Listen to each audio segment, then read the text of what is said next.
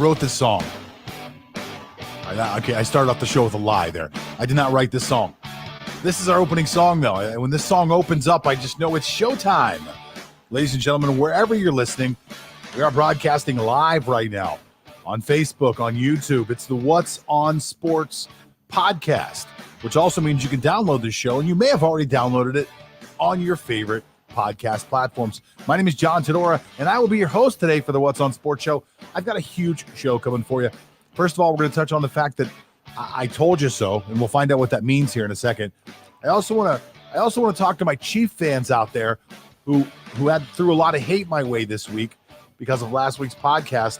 Because of Monday's podcast. So I want to make sure I address those guys. We're also going to be talking about our Jackwagon of the week, and that's going to be an interesting topic. The Ravens are back. We've got 5 fantasy wire pickups that everybody needs to know. And then we're going to be talking about my own personal top 10 NFL teams. Welcome to the What's on Sports podcast. Again, my name is John Tedora. They call me the Sports Trader. And today I'll be your host as we go through a myriad of great topics. But before we go any further, I do want to remind everybody that this show is brought to you by our friends over at Sports Trading Systems. If you'd like to learn how to trade sports like other people trade stocks, you go over to sportstradingsystems.com. They're calling it the most revolutionary investing system out in the market right now. It's something that no one's ever done before. They're taking back-tested historical data from sports lines, and they've developed a unique investment system that has like so many great things. It's a portfolio of systems. They can teach you how to do it. You go over to sportstradingsystems.com today to learn how to trade those sports just like stocks and start making yourself some money. And probably the most fun way to invest in the world today. It's sportstradingsystems.com. Go over there today. Now, there are a lot of things I want to talk about today. And the first one is this is something that I shouldn't do, but I'm going to do anyway. I'm going to spend the first 3 to 4 minutes of this show patting myself on the back. That's right.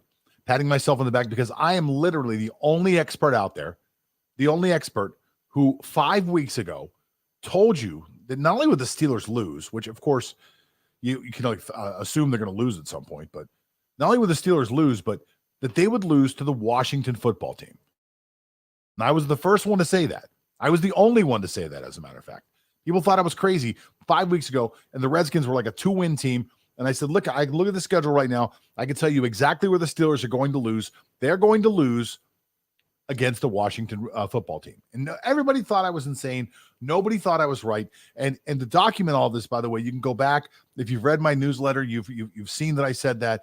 If you've been following this show, and listen to me talk on this show, I have said several times, Pittsburgh Steelers will lose to Washington, which I thought was going to be a Sunday game. I didn't know these circumstances were going to come up. Even without all the COVID circumstances where the Pittsburgh's forced to play 3 games in 13 days, I still thought that Washington would be their biggest test along the way. And gosh darn it, don't you know I was right? Don't you know I was right? And what a tremendously horrible disappointment that must be for so many Steeler fans out there. And how good it must feel to be a Washington football team. Because that team's like won 3 games in a row. They're looking like a real contending playoff team. They've got a great front 7 and really a great front 4. These guys put pressure. Chase Young looks like an all-pro already. I mean, really, it was such an impressive performance on Monday afternoon against the Steelers in Pittsburgh. I can't say enough about how good Washington I thought played. I can't say enough about how tough Alex Smith is. I mean, that guy literally almost lost his life. He almost lost his leg, and then he almost lost his life, was determined to come back and play football, has done so at a level that is more than acceptable. Alex Smith deserves, and I was against the idea of Alex Smith as the comeback player of the year for just merely showing up. A lot of people said this guy should be comeback player of the year because he showed up and he made his way back. And I thought it was a great story that he made his way back. But this actually cements it for him. There was a time when I said Ben Roethlisberger should be the guy. Obviously, he came back from a severe injury. Alex Smith's injury was obviously much worse. And what the guy's done to come from number 3 on the depth chart to be not only a viable starter, but a guy who's helping these guys win and making these guys look like they can compete and move forward in something along the lines of a playoffs if they get there. The Redskins would be a team that could be a little scary. So I want to give them some props. I want to tell my Steeler fans out there, because I am a Steeler fan as well, all my fellow Steeler fans out there, hey, they had to lose a game. It's better to lose it now. In my opinion, psychologically, it's better to get that monkey off your back now, get that loss out of the way, go back to the drawing board and say to yourselves, we had a terrible game against Baltimore. We had a terrible game against Washington. We did not perform well. We dropped way too many balls. But it's good for this team to be able to go back now, refocus on what they need to do, and come out against Buffalo with a new desire to actually win. That offensive line needs to be able to drive block forward and be able to make sure that people can actually run the ball. I mean, to be able to run the ball 17 times to get 21 yards is a pathetic performance. The offensive line of Pittsburgh should be embarrassed of themselves. But let's go back to my original point, which was, I told you so. I knew they were going to lose, and I didn't know they were going to lose 1 week before. I didn't know they were going to lose 2 weeks before. 5 weeks before Pittsburgh played Washington. Washington was a 2-win team. Pittsburgh was undefeated, and I said that would be where Pittsburgh would finally lose a game, and I was right. So I gave myself a little props on that one, a little pat on the back. And now I want to go on to something else, because this week we had a podcast on Monday, and I kind of took a little dump on the Chiefs. And I didn't take a dump on the Chiefs directly. What I said was a lot of the media is giving the Chiefs props that I don't think they deserve.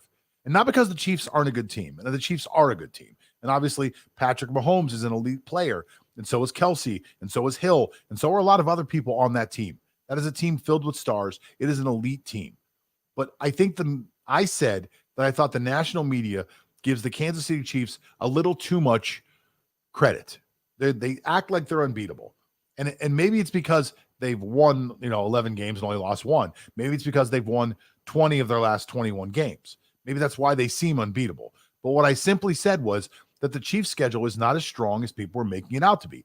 There were a lot of teams that they played that were not very good. So we made the podcast. We put a video up, and everybody took a dump on me.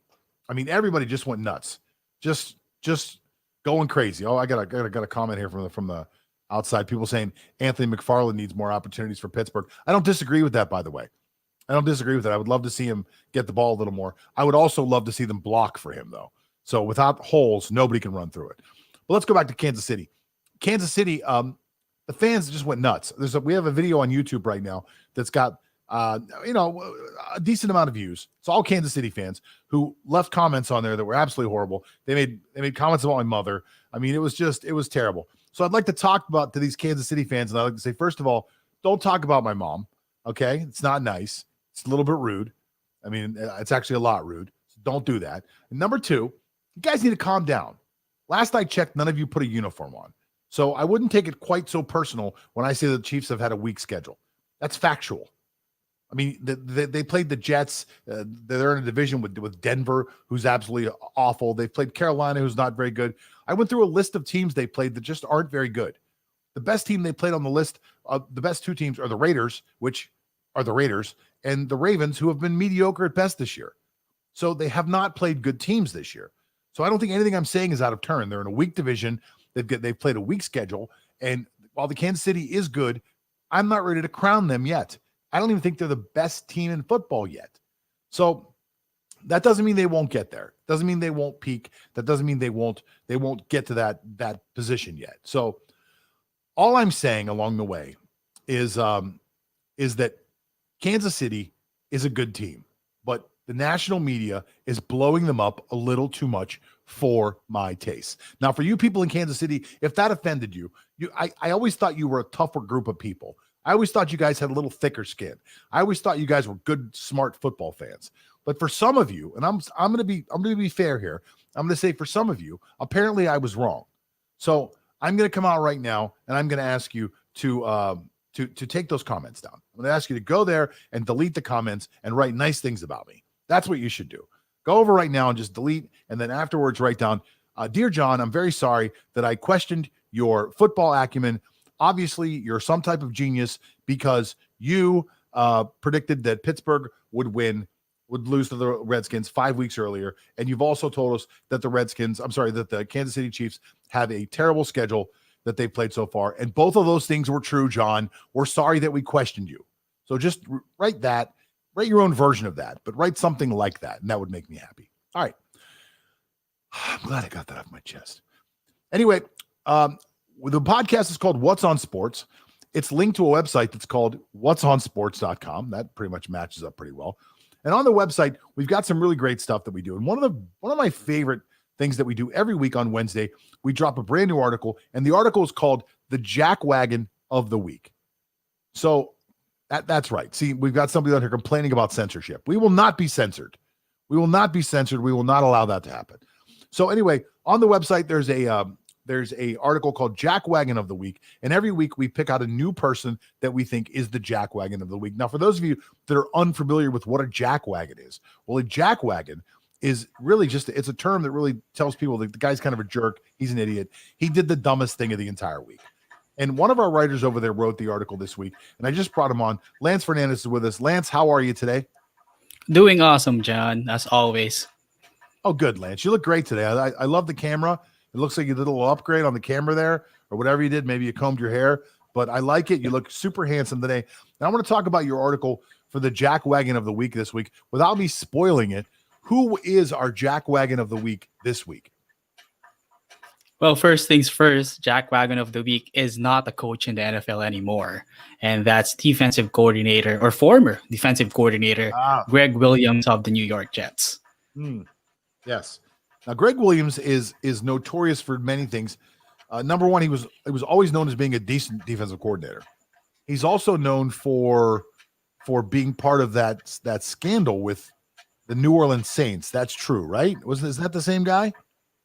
Yeah, he is the same guy. But let's not forget the fact that he won a Super Bowl also with the Saints. Okay. So that gave him some sort of credibility as a defensive genius. Yes. He is actually one time was known as a defensive genius. Yeah. He was suspended for a year for his part in Bountygate, and coming back, he has not had some of the best jobs. And obviously, he's part of a very, very, very, very, very, very, very, very, very bad Jets team. And or at least he was, right? So would you like to tell us a little bit about what you wrote about with Greg? Yeah, and that number of varies that you just mentioned is not even enough to just quantify how disappointing the Jets has been during the 2020 NFL season. Yeah, you just have to loop that very, very, very just to quantify their mediocrity this season. So, as we all know, all the New York Jets had to do was to protect the ball with 13 seconds left on the clock against the Las Vegas Raiders during week 13 in their matchup. Unfortunately, Greg Williams called what we call a cover zero, wherein there's no safety help and your cornerbacks are left one-on-one against the receivers of the offense. So all you had to do was prevent the Raiders from making the big play. So I'm not saying that the Raiders might not be able to pull it off, that big pass from Carr to Henry Ruggs III, but it could have lessened the probability if there was a safety help from up top with an undrafted cornerback from the practice squad named Lamar Jackson, the lesser Lamar Jackson in this case. So of all the plays that he could have called, he called blitz, rushed 8 in the box, and then I guess Derek Carr's eyes just popped wide open when he saw Ruggs, who ran a 4.27 40-yard dash against an undrafted cornerback in Jackson. All Ruggs did was do a stutter step inside and then go to the go route, and Carr just delivered him the ball to perfection, and they went for the touchdown. And of course, the Jets are still or doesn't have a win yet in 12 games, and they are still reverse undefeated, let's say. And they're still possibly the major winners of the Trevor Lawrence sweepstakes. So what a jackwagon of a play call it has been for Greg Williams. All they had to do was prevent. For those people out there that don't understand what Lance just said, cover 2 is when there's 2 safeties deep. Cover 1, safety deep. Cover 3, there'll be maybe safety and 2 corners deep. Cover 0 means that each defensive back is one-on-one against their receiver. There's usually a blitz that comes with that, and cover zero means that there's no one behind them to help them, which Yes. is absolutely positively a killer. Having nobody behind you is absolutely positively, I mean, one of the worst things that could possibly happen to a cornerback, especially with only 13 seconds left on the entire clock. The $1 Yes. million question: did the Jets lose on purpose to keep? This is from someone in the chat group. The $1 million question: did the Jets lose on purpose to keep the top draft slot? What do you think about that? A lot of people were saying that they threw the game in order to keep the top draft slot. Do you think there's any validity to that, Lance? Okay, so first things first, Adam Gase was the one who fired Greg Williams immediately after the game.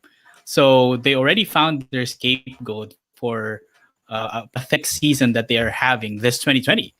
And if I were to give my 2 cents worth on this, the Jets have been finding ways creatively, quote unquote, to shoot themselves in the foot and to ultimately lose ball games. They've had some close calls. They've had some close shots, but for some reason, towards the end of the game, they play poorly or they just quit. They don't play the same way that they have done for the first 2 or 3 quarters.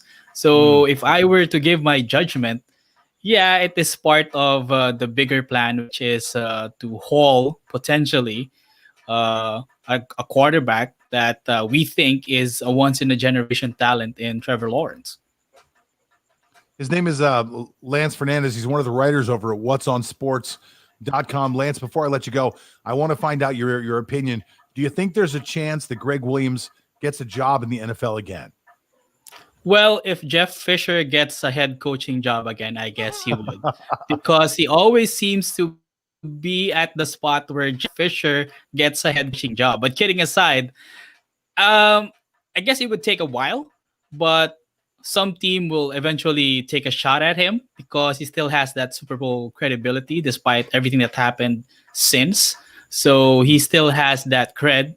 And but right now, I don't see it happening like in the next like 3 or even 5 years. I don't see him getting any job in the NFL. Wow. Well, there's always a job at the high school level, right, Lance? Hey, thanks so much for coming on the show today. We love when you come on. You're one of our favorite guests. His name is Lance Fernandez. Again, you can read what he's writing over on whatsonsports.com. Lance, thanks so much for coming on the show today, man. Hey, I'm not a huge Ravens fan, and I as most people know, especially those Kansas City fans that decided to say bad things about me. I am a Steelers fan. I try to keep my opinions neutral, especially during the show. I'm a professional gambler by trade, and I try to keep that in mind as well. I never use my heart to lead me in a direction that would tell me where my analytics are telling me whether I should put my money on the left or put my money on the right. And being a Steeler fan, again, makes me automatically someone that doesn't particularly care for the Ravens. Now, I respect the Ravens. I think they're a great organization. I think they're filled with a tremendous amount of talent from their front office all the way down to their special teams. John Harbaugh is a fantastic coach. They've got a great front office. Ozzie Newsome had put together an incredible structure for them. He's no longer there, but he's left something there that's still in place. The Ravens are always able to replace people. They're constantly finding great talent in the draft. They're not afraid to spend a little money in free agency when the time comes. But this year, for some reason, they have really missed the mark. They've either been a very, very good team or they've been a very, very less than mediocre team. They were also hit by COVID a few weeks ago, which really crippled them going into Pittsburgh. And if not for that, they could have been the team that really took Pittsburgh out, because Pittsburgh was really teetering at that time, like heading towards a loss. But Lamar Jackson comes back this week. Mark Ingram comes back this week. J.K. Dobbins comes back this week.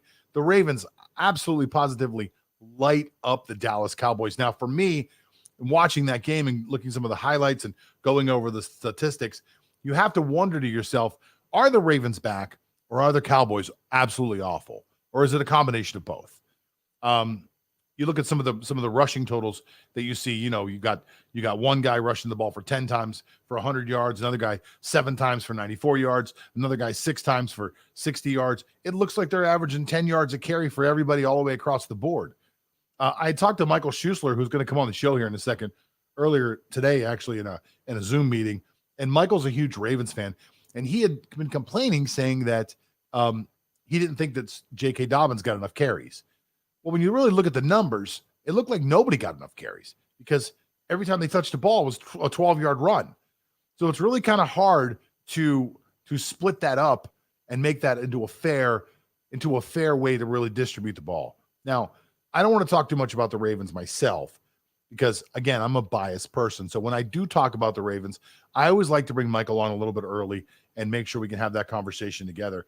And he's with us today. Michael Schussler is one of the premier fantasy experts in America today. He also works over at whatsonsports.com, and he's a ridiculously huge Baltimore Ravens fan. He believes that Lamar Jackson has the heart of a lion. He's said that himself. Michael's on the show. Michael, how are you? I am doing excellent, John. Crowd goes crazy for you. Great week. Yeah, bring the crowd. Yeah, crowd noise. Loving the Ravens praise coming from you. It's so refreshing. Absolutely a good day for us. Good day for the Ravens. And yeah, I mean, Lamar Jackson does have a heart of a lion, and he showed it last night. He had over 100 yards rushing, over 100 passing. So, I'm sorry, he only had 94 rushing, but still, he led the team in carries with 13. He rushed for more times than he passed the ball. And, that's what everyone's going to say, like Lamar's a running back, whatever. He did what he had to do to get the win, had, an awesome 50-yard rushing touchdown. So, well, listen, in Lamar's defense, he did throw for over 100 yards. So, yeah, he did. He did. That's an accomplishment. He could hit with that receiving core and without Mark Andrews. Let's not forget. So, an impressive win by the Ravens. That we needed that. We need that. By the way, I just want to say something really quick before we move on. I know that I'm always rough on you, especially during these Ravens conversations. I love how you brought your brother today, because I see Wyatt Schussler in the chat room here saying the Ravens are back, baby. What's up, Wyatt? Zach's out there too. I see him out there. I mean, we're all out there. Look, Ravens flock. Okay, we're flocking together today. It's a good day for us. All right. Awesome. All right. Well, listen, so Michael's going to be telling us today about, and this is what's really important for those of you that don't know who I'm talking to today. Michael Schussler is one of the leading fantasy experts in America today. He works for us over at whatsonsports.com, and he's going to tell us today, a lot of you are in fantasy football leagues, and this is playoff time now for those of you in fantasy football leagues. And some of you are dealing with injuries. Some of you are dealing with underperforming players, but Michael is here to help us out and tell us who the top 5 fantasy waiver picks should be. That's right, Michael. I'm excited to hear this. Yeah. Oh no, you should be. I mean, this is big stuff. I mean, this is a week 13's over, so the regular season's done. We are moving on to the fantasy playoffs. All right, like I've said many times on this show, any respectable fantasy league ends on week 13, and the playoffs start on week 14. So it's 14, 15, 16. There's no week 17 in any real fantasy league. All right. So a lot of teams protect their players, yep. So you don't get to play your best players. So anybody, they just don't have anything to play for. Right. So you shouldn't, especially the fantasy championship, the most important week. It should not be based around, a team like maybe the Steelers or the Chiefs, who have already clinched a certain seed and they don't need to be playing anyone. All right. So top waiver claims this week. Now you can find plenty of great articles on What's on Sports, one that goes more into detail about my favorite pickups and also my DFS plays for this coming week, player rankings, everything that you would need is going to be on there. But I did say, John, that I would give you 5 of my top waiver pickups for this week. Now, all of these players are going to be rostered in less than 50% of leagues. Okay. So they're going to be available to most of you out there. So listen up here. Number 5. All right. Tim Patrick for the Denver Broncos. Now, not ever played without a quarterback. Okay. We're not going to count that, but Tim Patrick has had double-digit fantasy points in 7 out of his last 8 games. All right, he has 7 touchdowns on the year, which is a career high for him. And Drew Lock has been really looking his way quite often in the red zone, which resulted in 2 touchdowns last week against Kansas City. He has a relatively favorable matchups, to finish the year with the Carolina Panthers this week, Buffalo Bills next week, and the Los Angeles Chargers in week 16. He's rostered in under 25% of leagues. He could be a league winner. with that attention from Drew Lock, who we know is trying to sling it. So that's my number 5. I find it amazing that he's still available in 50% of the leagues. Oh, he's available in 75%, John. Wow, that's amazing to me. Yeah, that's amazing to me. That kid's really had a breakout year. He has. I think, maybe it's a lot of him being on the Broncos, which isn't sexy. And he does have to compete with, Jerry Jeudy and Noah Fant a little bit with targets. But like I said, in the red zone, Drew Lock is always looking at Tim Patrick, and we've seen that come to fruition here. All right, so that's my number 5. Number 4. Who's number 4 on the list? Number 4, we're going to stick with. Now, Michael, just really quick here. Is this in a particular order? Yeah. So number 5 is the number least? 5 is my least prioritized. Number 1 will be my most must-add player. Okay. Okay. So awesome. Well, let's hear about number 4. All right. Number 4 is Kiki Cutie of the Houston Texans. Now he's choice. rostered again, only 23% of leagues. So he's out there in 77% of leagues. He's on waivers right now, which will clear tonight.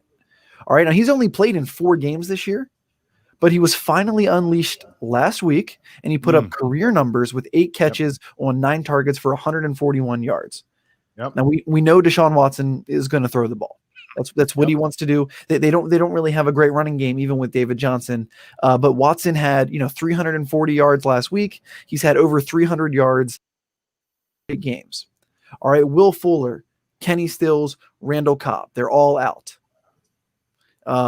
Kiki Cutie is going to continue to see looks. He's now the number 2 receiver behind Brandon Cooks, and last week he was utilized even more. So I love Kiki Cutie going forward. He's just going to get a lot of looks from Deshaun Watson, which is always good for your fantasy team. 75% of leagues he's out there. Wow. All right, who's number 3 on the list? Number 3 will be my last wide receiver in this group, or in this topic, is T.Y. Hilton, who is surprisingly available in over 50% of leagues. I think he's rostered in 45%. And this is a guy who was probably drafted, in the 5th, 6th, 7th round in most fantasy drafts this year, but he had been pretty disappointing. I mean, so disappointing throughout the beginning of the year that he's most likely been dropped. And that's why he's available in all these leagues. But TY saw his season high, in targets, catches, and yards last week against the Houston Texans. And like I said, it's taken all year, but we're finally seeing some of that big playability that he'd been known for in the past, particularly with Andrew Luck. He's got touchdowns in back-to-back weeks, and he's been getting good separation from coverage, which is something he hadn't been doing coming into last week or 2 weeks ago. He seems to finally be on the same page with Phillip Rivers, and his production really should only go up from here. He has great matchups to finish the year. He's got Las Vegas Raiders this week, and again he's got Houston next week. So he goes back to Houston, which he has had career numbers with. All of his breakout games are against the Houston Texans. They're in the same division. He just really seems to play well against them, and you will have him. It's very possible that he is available in your leagues, and you can get him for that pivotal Week 15 matchup with the Texans. Another league winner right there in T.Y. Hilton. Yeah, I drafted him in one of my leagues this year, and he was such a disappointment early on, but he's really come on late. A little too late for me, unfortunately, but maybe not too late for somebody else out there if he's available in 50% of the leagues. Who's number 2 on your list right now? All right, so the final 2, the top 2, they're both going to be running backs because of how important the running back position is and how thin it is. All right, so these are major pickups that could really help you. Number 2, Ty Johnson of the New York Jets. Now, he stepped up big time last week after Frank Gore was sidelined with a concussion. He had 22 carries for 104 yards and a touchdown. And he also caught 2 passes out of the backfield, which you like to see. And we'll see if Frank Gore is ready to play come Sunday.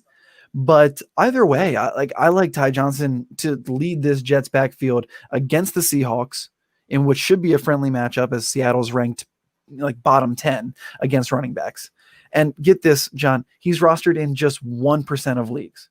So Ty Johnson he's 99% available in 99% of leagues.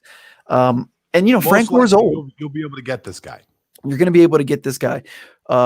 You love to see the usage with him. He's fresh. Like I said, 22 touches last week. And Frank Gore's old. I mean, yes, he's been ageless, but how many concussions has Frank Gore had in his career? I'm not even sure. Probably most of them hadn't been reported, since that's kind of a new thing where the concussion protocol has become, so important for the NFL to sort of identify and be cautious with. So I don't really trust that Frank Gore is going to come back at all. And if he does, they'll probably be cautious with him. Ty Johnson is the man in New York. Well, what's weird? I saw an interview a few weeks ago with Frank Gore, and they asked him, they said, how many concussions do you think you've had in your career? And he said, huh? So, okay.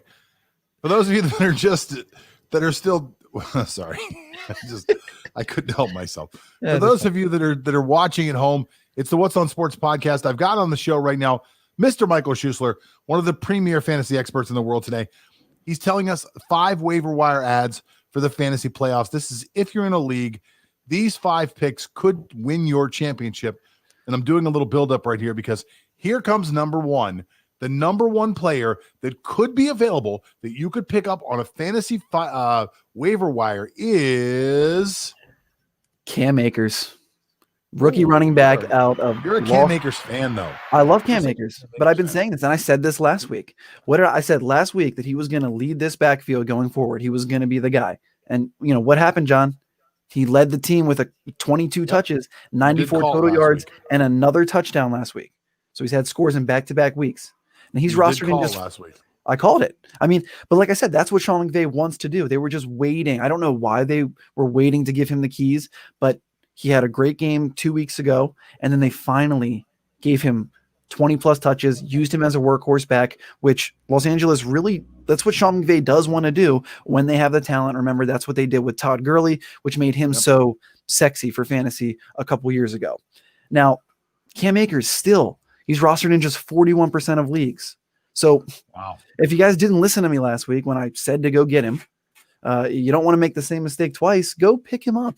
All right, he's gonna be available. Just plug him into your lineups. He's a running back 2 going forward at the least with that volume. It's a potent Rams offense. They're going to get into the red zone and have scoring opportunities. Plus, he gets the Jets in Week 15 and the Seahawks in Week 16, and that's the fantasy semifinals and championship. So huge pickup for Cam Akers. I said this last week. I'm saying it again, especially if it's a keeper league. Cam Akers will probably be a third round pick in most fantasy drafts next year because he will lead this Rams backfield for a number of years going forward. Wow, that's my top 5. Great information. I got to be honest. If I was still in any of my leagues, I would take all this information to heart. So this doesn't apply to me, unfortunately. It's my first year ever playing fantasy where I'm not in the playoffs. I had a bad year. I wish I would have listened to you earlier in the season. My bad, totally. Hey. But for those of you that are still out there, this is some great information that's available here on the podcast, but also Michael writes a really great report or 2 every week on whatsonsports.com. You guys can go over and check it out. We do have a question. So Melvin Gordon or pick Cam Akers? Well, that's a good. Okay, so the way you got to pick up Cam Akers. All right, at least pick him up. You got to have. I wouldn't drop Melvin Gordon. Absolutely not. But still pick up Cam Akers and at least have him on your bench. Melvin Gordon has been decent, but I like Cam Akers going forward. We just saw him get another 20 touches. I think Sean McVay is going to stick with the hot hand, and I would start Cam Akers over Melvin Gordon. Don't drop Melvin Gordon, whoever asked that, but pick up Cam Akers and start him in front of Melvin Gordon this week. I love probably it. For the rest of the year. I love it. We're getting some interaction out of the crowd right now. People are asking questions. Yep. No one's made fun of my mom yet. I mean, this is great. The Chiefs fans must not have showed up yet. So this is good. His name is Michael Schussler. Michael, I love having you on the show. You bring a lot of great content to us. I like to keep our conversations really based around fantasy because, I mean, that's what you're really known for. Mm-hmm. But if you don't mind, I'd like you to stick around because you're a big list maker. And today I actually made a list that I would love for you to actually stick around and be a part of. My list today is really based on what I think are the best teams in football right now. So this is my top 10 list for the best teams in football. But before we go any further, I just want to remind everybody that today's show and every show is always sponsored by our friends over at Sports Trading Systems sportstradingsystems.com. That's right. I totally forgot what we were doing there for a second, Michael. You can go over to sportstradingsystems.com and learn how to trade just like a pro. What they do over there is, we got a thumbs up. That's nice. What they do over there is they trade sports just like other people trade stocks. The name of the website is sportstradingsystems.com. We got another comment here, Michael. Someone really likes your hair.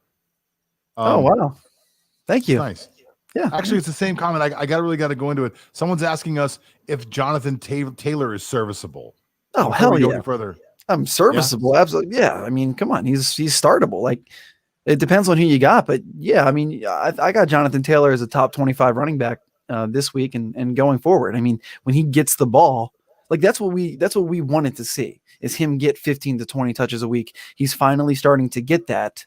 And as long as he holds onto the ball and has some ball security and doesn't fumble, yeah, absolutely, he's serviceable. All right, if you found us on YouTube or you're watching us on Facebook, we do invite you to like the videos that you're watching. We invite you to subscribe so you can get all the alerts and watch all of our videos as they come along. If you're following us on Facebook, we invite you to like the page. If you want to search us out on Instagram, we have a cool little Instagram page. And of course, right now, we do want to talk about what we think, at least what I think, are the top 10 teams in football. And for those of you watching, I threw a little list up there so you can see it. And I'll go from the number 10 all the way up. At number 10, I've got the Dolphins. I think they have a great defense. I think they have a somewhat exciting offense, depending on who the quarterback is. As Tua grows and gets a little more comfortable, I think that's a very solid team that could be scary in the playoffs. At number 9, I've got the Los Angeles Rams, who a lot of people counted out 4 or 5 weeks ago. That was not a team that anybody was talking about. They were talking about Arizona. They were talking about Seattle. Well, it may be the Rams that are the best team in that division, and they might be one of the best teams in the NFC. Mm-hmm. I've got the Colts at number 8. Now, a lot of people laughed at me at the beginning of the year when I said the Colts would be good. And I did tell people that Phillip Rivers was going to bring some stability to that team. And I still believe it. They've got a great defense. They're not afraid to run the ball. Phillip Rivers spreads the ball around. And like you said, T.Y. Hilton is coming on now, which is another huge weapon for them. The Colts are locked in at number 8 for me. At the 7th position, with my least favorite quarterback in the NFL, not because he's not a good player, but because he's completely fake, it's the Seattle Seahawks. That's right. Seattle Seahawks come in, and not because they've got a great defense, but because they've got a very good quarterback who's totally fake, who could actually sling the rock. They've got weapons on the offense. They're actually running the ball a little bit. I like the Seahawks. I don't like them to go very far, but I do like the Seahawks right now. I think they're a strong team. And at number 6, and we'll stop there so you can give me your feedback. At number 6, this one's for Lance Fernandez. The Cleveland Browns, I was wrong about them. I was right about a lot of things. I was wrong about the Browns. I really thought they were going to melt down in typical Browns fashion and become less than mediocre. They have not done that. They are one of the best teams in football. They're actually the second best team in their division, which has got to hurt. Got to sting. It's not true. I mean, it's completely false, but it's totally true. Well, no, see, I clearly Lance is, rubbing off on you a little bit, and I gotta just, I don't hate this list, especially the top 5, which I know we'll get to, but I can't fathom the Ravens not being in the top 10 here. I mean, at least over the Dolphins and the Colts, but I get it. Ravens haven't looked great. Dolphins can be exciting. I think they're more exciting with Fitzpatrick than they are with Tua, but they do have a great defense. So, that's that is what wins playoff football. Los Angeles Rams, another team with a great defense. You love their prospects for the postseason, and their offense is quite potent. Other than that, I would probably throw the Ravens in there, but not bad. Not bad. Let's go on to the top 5. Let's go to number 5. Number 5 right now, I've got the Buffalo Bills, simply because Josh Allen has been playing lights out. It's another guy I was wrong about. I really thought Josh Allen was going to end up being Cam Newton, who was just not an accurate quarterback, but an incredible athlete, good leader. Mm-hmm. I thought Josh Allen would be, whatever he did in the offseason, completely improved his accuracy. He is hitting people in stride. Maybe it's having Stephon Diggs. I don't think so. We saw him miss a lot of easy throws last year that really should have hit. It helps having Diggs. I got one of your comments here. Someone from the comments is saying, Dolphins over Ravens. What kind of liquor do you got over there? Hey, completely sober when I made this list, sir. You passed me some. Whatever you got. Anyway, I got the Bills coming in at number 5. All my friends that are Steeler fans are going to hate this one, but I've got the Steelers coming in at number 4. They have not looked good. They did not look good against the Ravens 2 weeks ago. They did not look good against Washington. They've had moments where they've looked spectacular throughout the year. They've had other moments where you can see the chinks in the armor. They're having trouble running the ball. The offensive line is not firing out. That is a huge problem moving forward. And I mean, they're setting an NFL record right now for drops. So when you can't run the ball and you can't catch the ball, your offense is not going to look that good. A lot of injuries on the defensive side. Pittsburgh's got to get it together, or they're not going to make it very far in the playoffs. Number 3 right now, the Green Bay Packers. I got 2 words for you. It's Aaron Rodgers. And I mean, anytime Aaron Rodgers is on the field and the way he's played this year with almost like a bit of joy and a bit of anger mixed in is super impressive. Aaron Rodgers, Green Bay Packers at number 3, scary team. Number 2, this is for all those douchebags, those douchebag Kansas City fans that said bad things about me. You guys are ranked at number 2. That's how little I think of you, right? I'm such a bad person. You guys left all those terrible comments saying that I was crapping on your team. Yet I still think I still said at the time they were the second or third best team in the NFL. I still have them ranked at number 2. I have no idea what your problem is out there. You guys need to calm down and stop making bad comments to me. All right. Chiefs are coming in at number 2 for obvious reasons. Patrick Mahomes, best tight end in football, one of the best receiving cores in football, if not the best. Andy Reid, I mean, it's really a good team. There are chinks in that offense, though. In that defense. You can run the ball on the Chiefs. You can do some things that are Chiefs that really you shouldn't be able to do to a team that's Super Bowl bound. They got to be able to fix it. Last year, their defense came on in the last 3 or 4 games. They may be able to do the same thing right now. Number 1 team in the NFL, and to me, it is without a doubt, they are the number 1 team in the NFL. Number one. Well, I got a comment. How are the Chiefs number 2? I'll tell you how. Because the New Orleans Saints are the best team in football from the front to the back. They do everything well. They've got great special teams. They've got a great defense. They've got good corners.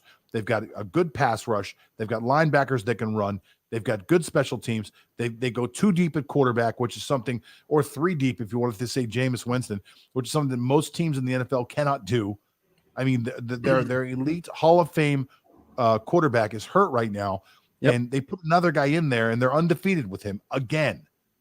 And they may have, if he's not the most amazing offensive mind of our time, he is up there. Their head coach is absolutely fantastic. And of course, they're loaded with offensive weapons, whether it's in the backfield at wide receiver. They've got a decent tight end. Their offensive line is good. It's hard to find a chink in the armor of the New Orleans Saints for me. To me, that's the best team in football. I think that this top 5 at least, is very accurate, although I would probably move the Chiefs to number 1, Packers to 2, and have the Saints at 3. Here's why. You just brought up Sean Payton's pedigree as one of the best offensive minds in football. I think the best offensive mind in football is Andy Reid. And he also has the best player in football, which is Patrick Mahomes. And the reason that destroys your argument right there. I just want to jump in there and tell you that destroys your argument. Patrick Mahomes does so many things off schedule that aren't part of the plan that it's ridiculous. But you see some of the formations that they run that we've never seen before. Extremely creative. Very creative. And Andy Reid's been known for that. Now, hold on, because I think that you are downplaying, or you are underestimating or underrating the importance of the quarterback position in football, which I know we talk about all the time, and it's quarterback-driven league, blah, blah, blah. No, it literally is. And we're talking about Taysom Hill and even Drew Brees when he's healthy. They're just, they are not nearly on the same caliber as either Aaron Rodgers or Patrick Mahomes, who are the top 2 MVP candidates this season. So I think that when you bring in quarterback play, I know what you're saying about the Saints defense. They are very strong. Obviously, Alvin Kamara, Michael Thomas. On the offense, they have some great weapons.